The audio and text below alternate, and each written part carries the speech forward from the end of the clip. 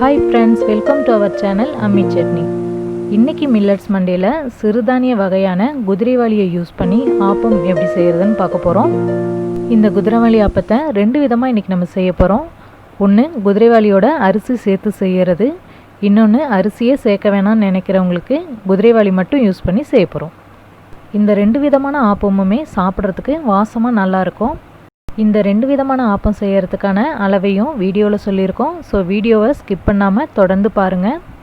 Every Monday நம்மளோட அம்மி சட்னி சேனலில் போடுற இது மாதிரியான மில்லட்ஸ் ரெசிபீஸ்லாம் தொடர்ந்து பார்க்குறதுக்கு அம்மி சட்னி சேனலை சப்ஸ்கிரைப் பண்ணிவிடுங்க.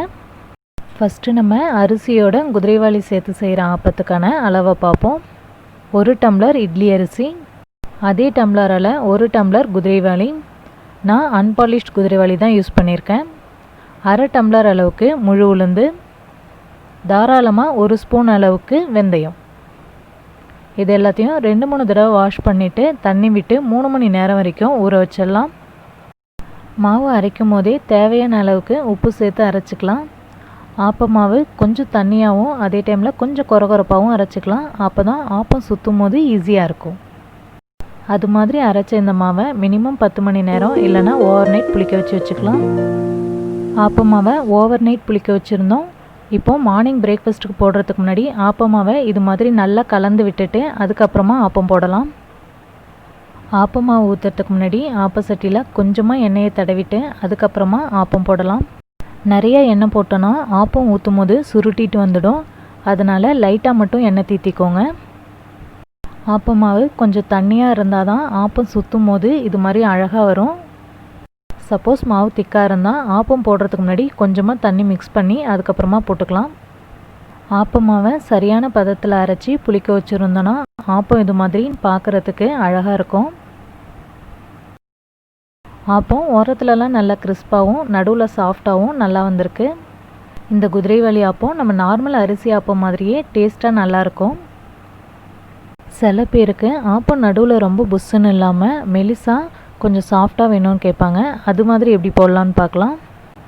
ஆப்ப மாவு போட்டுட்டு ஒரு தடவை சுற்றி விட்டுட்டு அப்படியே விட்டோன்னா நிறைய மாவு சென்டரில் இருக்கும். அது மாதிரி விடாமல் 2 தடவை மேலேயே சுற்றணும். அப்படின்னா சென்டரில் ரொம்ப புஷ்ஷுன்னு இல்லாமல் ஆப்பம் கொஞ்சம் மெலிசாகவும் சாஃப்டாகவும் இருக்கும். இப்போ நம்ம குதிரைவாளியோட இட்லி அரிசி சேர்த்து ஆப்பத்தை சாஃப்டாகவும் கிறிஸ்பாகவும் எப்படி செய்கிறதுன்னு பார்த்தோம். அடுத்து நம்ம அரிசியே சேர்க்காமல் குதிரைவாளி மட்டும் யூஸ் பண்ணி ஆப்பம் எப்படி செய்கிறதுன்னு பார்க்கலாம். 2 கப் அளவுக்கு அன்பாலிஷ்ட் குதிரைவாளி எடுத்துருக்கோம். இதில் நம்ம இட்லி அரிசி சேர்க்க போகிறதில்ல. அதனால் 2 கப் குதிரைவாளிக்கு 1/2 கப்புக்கும் கொஞ்சம் கூட முழு உளுந்து சேர்த்துக்கலாம். தாராளமாக 1 ஸ்பூன் அளவுக்கு வெந்தயம் சேர்த்துக்கலாம். இப்போ இது 2-3 தடவை வாஷ் பண்ணிவிட்டு தண்ணி விட்டு 3 மணி நேரம் ஊற வச்சு அதுக்கப்புறமா அரைக்கும் போது மாவுக்கு தேவையான அளவுக்கு உப்பு சேர்த்து அரைச்சிக்கலாம். மாவு இது மாதிரி கொஞ்சம் தண்ணியாகவும் கொஞ்சம் கொரகொரப்பாகவும் அரைச்சிக்கலாம். இதையும் 10 மணி நேரம் இல்லைனா ஓவர் நைட் புளிக்க வச்சிடலாம். புளிச்ச மாவு திக்காக இருந்ததுன்னா தேவைப்பட்டதுன்னா கொஞ்சமாக தண்ணி சேர்த்து நல்லா கலந்து விட்டு அதுக்கப்புறமா ஆப்பம் போட்டுடலாம். இந்த ஆப்பத்தில் நம்ம இட்லி அரிசி சேர்க்காமல் அன்பாலிஷ்டு குதிரைவாளி மட்டும் யூஸ் பண்ணி செய்கிறதுனால ஆப்பம் வெள்ளையாக இருக்காது, ஆனால் டேஸ்ட் நல்லாயிருக்கும்.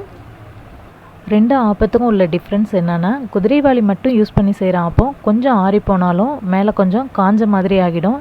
அதனால் சூடாக இருக்கும் போதே சாப்பிட்டுடலாம். இன்றைக்கி மில்லட்ஸ் மண்டேல நம்ம பார்த்த இந்த 2 விதமான குதிரைவாளி ஆப்பமும் உங்களுக்கு பிடிச்சிருந்ததுன்னா மறக்காமல் கமெண்ட் பண்ணுங்கள், வீடியோவை லைக் பண்ணுங்கள், உங்கள் ஃப்ரெண்ட்ஸோடு ஷேர் பண்ணுங்கள். சிறுதானியங்களை உணவில் சேர்ப்போம், ஆரோக்கியமாய் வாழ்வோம். நன்றி.